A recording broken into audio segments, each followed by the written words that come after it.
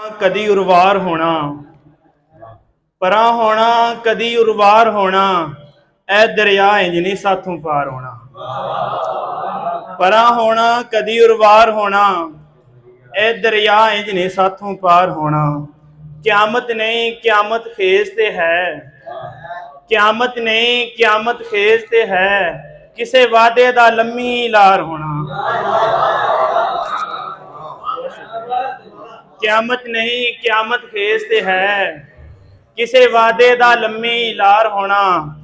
ते ए किस्तां विच मुहब्बत मैं नहीं करनी, ए किस्तां विच मुहब्बत मैं नहीं करनी, तेरा होना ते इक्को वार होना।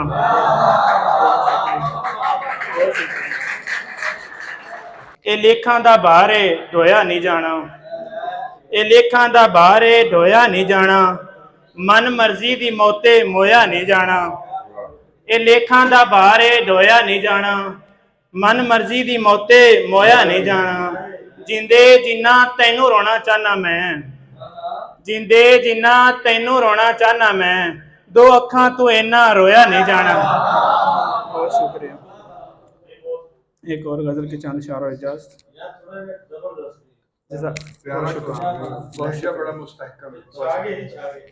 किथे जे वेल मिल जावे ते मैं बह के सुनानी है, किथे जे वेल मिल जावे ते मैं बह के सुनानी है। मुहब्बत चार लफ्जां दी बड़ी लम्मी कहानी है।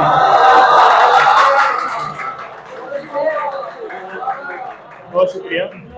किते जे वेल मिल जावे ते मैं बह के सुनानी है, मुहब्बत चार लफ्जां दी बड़ी लम्मी कहानी है।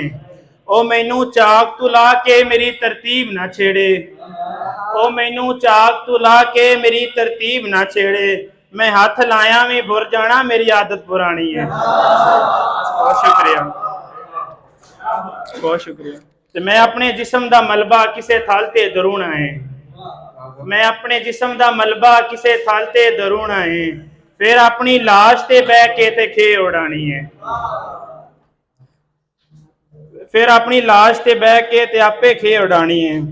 ते मेरा धरती ते आना आन के तहलील हो जाना, मेरा धरती ते आना आन के तहलील हो जाना, ये सारा सिलसिला कौन दा तजस्सुस से हैरानी है। बहुत शुक्रिया।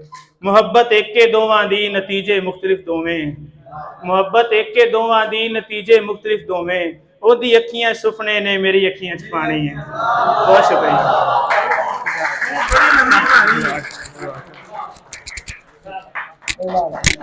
मोहब्बत चार लफ्ज़ां दी बड़ी लंबी कहानी।